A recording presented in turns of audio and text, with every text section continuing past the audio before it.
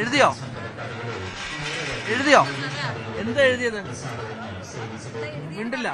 എന്താ എഴുതുക? ABCD ആണോ? അത് ABCD ആണോ? എന്താ എഴുതുന്നത്?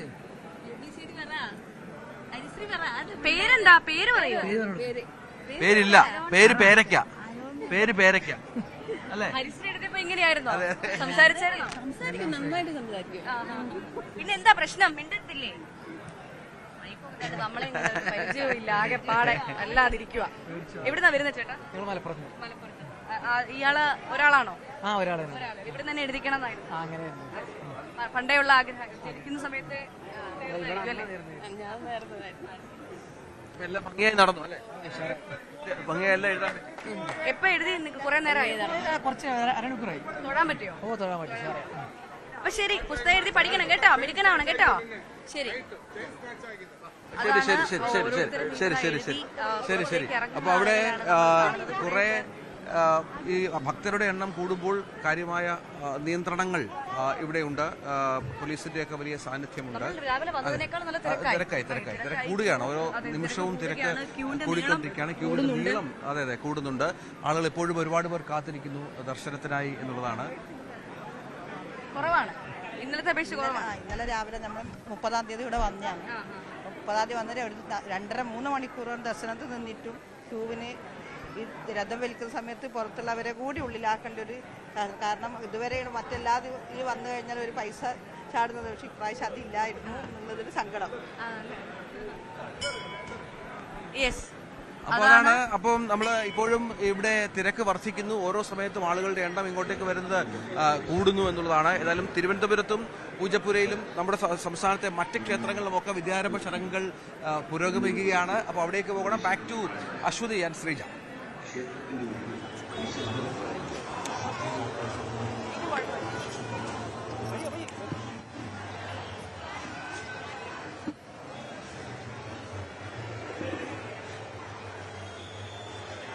പൂജപ്പുരയിലാണ് ഞങ്ങളുള്ളത്. ഇവിടെ ഏകദേശം വിദ്യാരംഭ ചടങ്ങുകൾ, രാവിലെ തുടങ്ങിയ ചടങ്ങുകൾ, മണ്ഡപത്തിലെ ചടങ്ങുകൾ പൂർത്തിയായിരിക്കുകയാണ്. ഇനി അവിടെ സ്വാമിയെ വരവേൽക്കാനുള്ള, സ്വീകരിക്കാനുള്ള ഒരുക്കങ്ങൾ മണ്ഡപത്തിൽ നടക്കുകയാണ്. അതേസമയം ഓഡിറ്റോറിയത്തിൽ കൂടുതൽ തിരക്ക് വന്നു. നമ്മൾ നേരത്തെ കണ്ടപ്പോൾ ഇവിടെ തിരക്ക് കുറയും, അവിടെ തിരക്ക് കൂടുതലായിരുന്നു. ഇപ്പോൾ ഇവിടെ ആളുകൾ കൂടുതൽ പൊതുവെ തിരക്ക് കുറഞ്ഞു തുടങ്ങി. അതെ, ഇവിടെ നേരത്തെ നമ്മൾ പറഞ്ഞതുപോലെ തന്നെ പൂജപ്പുരയിൽ വിദ്യാരംഭം മാത്രമല്ല പ്രധാനം, ഈ നവരാത്രിയോടനുബന്ധിച്ചുള്ള ഉത്സവങ്ങളുടെ ഒരു അവസാന ഘട്ടത്തിലേക്ക് കൂടി കടക്കുകയാണ് ഈ പൂജപ്പുരയിലെ സരസ്വതി മണ്ഡപം. അതുകൊണ്ട് തന്നെ ആ ഭാഗത്തെ തിരക്കൊക്കെ കുറഞ്ഞു തുടങ്ങി. ഇനി ഇവിടെ ആചാരപരമായ ചടങ്ങുകളാണ് നടക്കേണ്ടത്. ഇവിടെ ഈ ഓഡിറ്റോറിയത്തിലാണ് ഇപ്പോൾ എഴുത്തിനിരുത്തൽ നടക്കുന്നത്.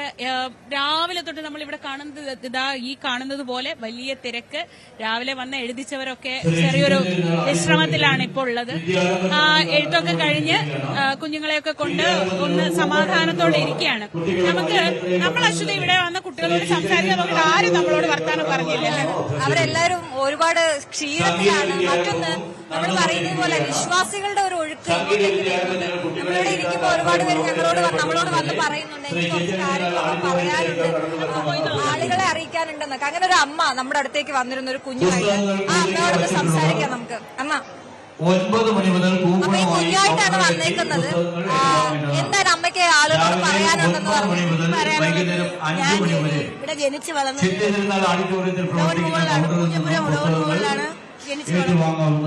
എന്റെ മോക്ക് മൂത്തതായിട്ട് ഒരു കുഞ്ഞ് ജനിച്ച് അതിന് ഒരു 3 വയസ്സിൽ വിദ്യാരംഭം ഇവിടെ നടത്താന്ന് ഞങ്ങൾ മനസ്സിലാഗ്രഹമുണ്ട്.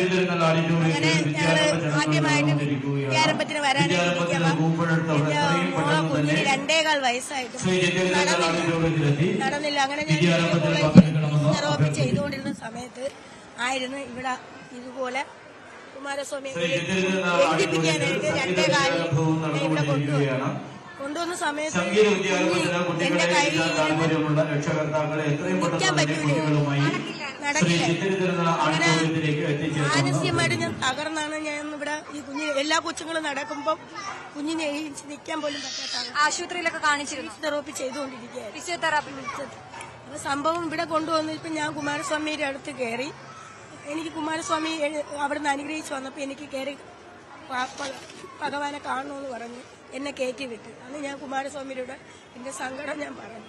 അപ്പം കുമാരസ്വാമി അതിനകത്ത് മണ്ഡപത്തിനകത്ത് കുഞ്ഞിനെ ഇരുത്തി, ഇതിന്റെ മൂത്തയാളാണ്, ഇരുത്തിയിട്ട് അവളെ കാലിലും വെറുത്തുമൊക്കെ ഇങ്ങനെ ഭസ്മം വാരി അഭിഷേകം ചെയ്തിട്ട് പറഞ്ഞ് 1 ആഴ്ചക്കകത്ത് വെച്ച് കുഞ്ഞ് നടക്കുമെന്ന് പറഞ്ഞു. പക്ഷെ എനിക്ക് വിശ്വസിക്കാൻ കഴിഞ്ഞില്ല. പക്ഷെ ഭഗവാൻ അവളെ അങ്ങനെ ഭസ്മം കൊണ്ട് അഭിഷേകം ചെയ്താണ് അന്ന് വിട്ടത്. തിരിച്ച് കറക്റ്റ് ഒരാഴ്ച കഴിഞ്ഞപ്പോൾ കുഞ്ഞ് നടന്നു. എനിക്ക് അതില് ഇനി എനിക്ക് എല്ലാവരും ലോകത്ത് അന്നേ എനിക്ക് അറിയിക്കണമെന്ന് ആഗ്രഹം ഉണ്ടായിരുന്നു. പക്ഷെ അത് സാഹചര്യം എനിക്ക് പറ്റിയില്ല. ഇപ്പൊ രണ്ടാമത്തെ കുഞ്ഞും അതേപോലെ കഴിഞ്ഞ വർഷം 1.5 വയസ്സ് കഴിഞ്ഞായിരുന്നു. അപ്പോഴും കുഞ്ഞ് നിൽക്കേയില്ല, പിടിച്ച് നിൽക്കേയില്ല, നടക്കേയില്ലായിരുന്നു.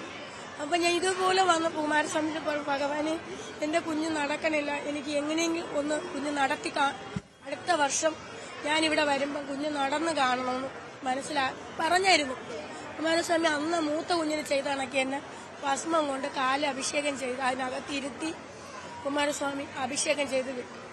എന്നിട്ട് പറഞ്ഞ് ഇന്നേക്ക് ഒരാഴ്ചക്കകത്ത് വെച്ച് കുഞ്ഞ് നടക്കുമെന്ന് പറഞ്ഞു. കറക്റ്റ് അവൾ 1.5 വയസ്സാവുന്നുണ്ട്. കറക്റ്റ് ഒരാഴ്ച കഴിഞ്ഞപ്പോൾ കുഞ്ഞ് നടന്നു. അപ്പൊ എനിക്കത് ലോകം അറിയിക്കണമെന്ന് ആഗ്രഹം. ശരി, അപ്പൊ ഇന്നിപ്പോ കുമാരസ്വാമി വന്ന് കണ്ടിട്ടാണ് കുമാരസ്വാമി വന്ന് എന്റെ അനുഗ്രഹം ഞാൻ പറഞ്ഞിട്ട് ഞാൻ വീട്ടിൽ പോകും. അതിന് വേണ്ടിയിട്ട് എനിക്ക് ഇവിടെ അക്ഷരം എഴുതിപ്പിച്ച് നമുക്ക് സംസാരിക്കാനും ചെറിയ ബുദ്ധിമുട്ടുണ്ട്. അപ്പൊ അതിനും കൂടെ ഭഗവാൻ അടുത്ത പ്രാവശ്യം വരുമ്പോ എനിക്ക് അതിന്റെ ഒരു സാക്ഷ്യം കൂടെ എനിക്കിവിടെ പറയണം. സരസ്വതി ദേവിയുടെ അമ്പലം ഭയങ്കരമായിട്ട് അത്ഭുതം നടക്കുന്ന ഒരു അമ്പലം. ദേവിയുടെ അനുഗ്രഹം ഒരുപാട് ശക്തിയുള്ളതാണ്. അതുകൊണ്ടാണ് ഈ ലക്ഷക്കണക്കിന് ആൾക്കാർ ഇവിടെ ഇങ്ങനെ വന്നത്. ശരിയാവും, സംസാരിക്കട്ടെ വേഗം കേട്ടോ. ഒരുപാട് സംസാരിക്കുകയും ഒരുപാട് പഠിക്കുകയും ഒരുപാട് എഴുതുകയും വായിക്കുകയും ഒക്കെ ചെയ്യണം. നല്ല മിടുമിടുക്കിയായി മാറും കേട്ടോ. പേരെന്തായിരുന്നു? അഞ്ജലി. മറ്റേയാള് അപർണ എസ് നായർ, അഞ്ജലി എസ് നായർ.